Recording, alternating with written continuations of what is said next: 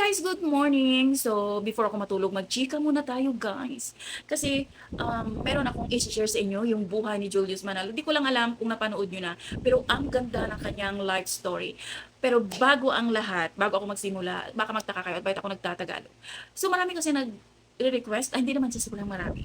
Meron lang akong mga subscribers sa YT, meron akong mga followers na nagsasabi, ang ating magtagalog ka naman kasi di nga daw nila maintindihan yung mga pinagsasabi ko. So, ayun, magtagalog na lang tayo kasi dati nagtatagalog ako guys. Kaso lang ang problema, binabash naman ako kasi daw ang tigas kong magtagalog. E ano magagawa ko? Bisaya nga si Manay Gina niyo. O diba? Like limot siya. So, ayan, magtagalog na tayo. Bahala na yung mga bashers kung i-bash nila ako, wala na akong magawa. So, ayun guys. Napanood ko kasi yung life story ni Julius Manalo. Pero bago ang lahat, bago tayo mag-start, ipapanood ko muna sa inyo yung nagtagpo silang mag-ina. Guys, grabe, sobrang ganda. Panoorin natin.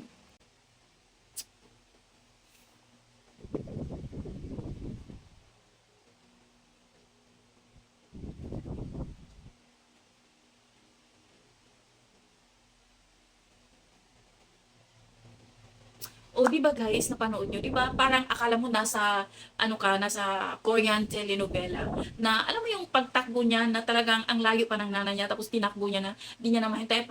Basta nakita niya na lang yung mayroong babaeng lumalakad, alam niya nanay niya na yun. So tumakbo siya, di ba? Oh my God. Alam mo guys, ang grabe ang iyak ko. Para naman nandun ako. Kalong kasabi ng asawa ko, ba't umiiyak? Hindi ko mapigilan ang aking mga luha.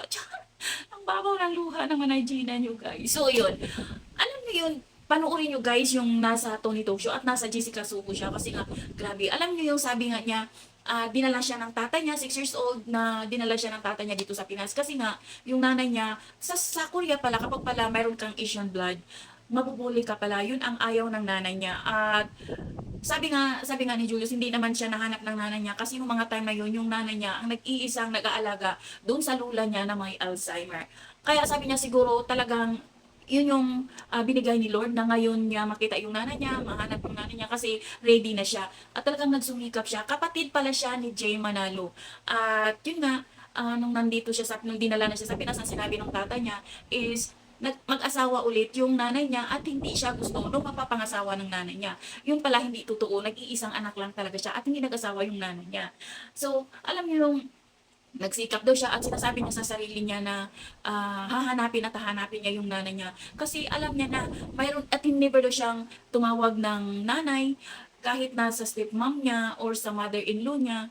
Kasi yung nanay na word is para lang sa nanay niya na gusto niyang mahanap talaga yung nanay niya. So buti ka mo at mayroong producer sa South Korea na parang tumulong sa kanya na mahanap yung nanay niya. Kaya hinanap doon at tinawagan siya at dinala silang magpamilya yung asawa niya at saka dalawa niyang anak dinala sa South Korea para magkita silang mag-ina. At yun nga, 'di ba? Grabe, guys, panoorin niyo kasi grabe ang ganda ng story ng buhay ni Julius Manalo. Maiyak ka talaga kasi di mo akalain na yung isang pulis na grabe yung hagulgol niya. Sabi nga niya habang tumatakbo siya, iniisip niya na parang hindi niya iniisip na pulis siya. Ang nasa isip niya, pulis siya na naging college, na naging high school, na naging elementary at nagiging 6 years old na yumakap sa nanay niya, na yung hagulgol niya talaga, grabe guys. Grabe kasi nga, 6 years old nga siya nung dinala siya ng tatay niya dito sa Pinas. So, ang ganda ng story. Panoorin nyo guys, sobrang nakakaiyak talaga siya. Kaya ako ang dami kong iyak sa chat. So, yun lang guys. Thank you for watching. At oo nga pala, ingat tayong lahat kasi mayroong binalita na pumasok na yung bagyo dito sa ano ba yun?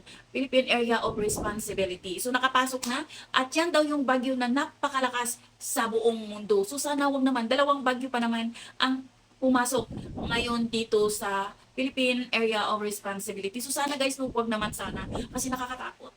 Sana mag-ingat tayong lahat. So yun lang guys. Thank you for watching. Bye. God bless everyone. Good night.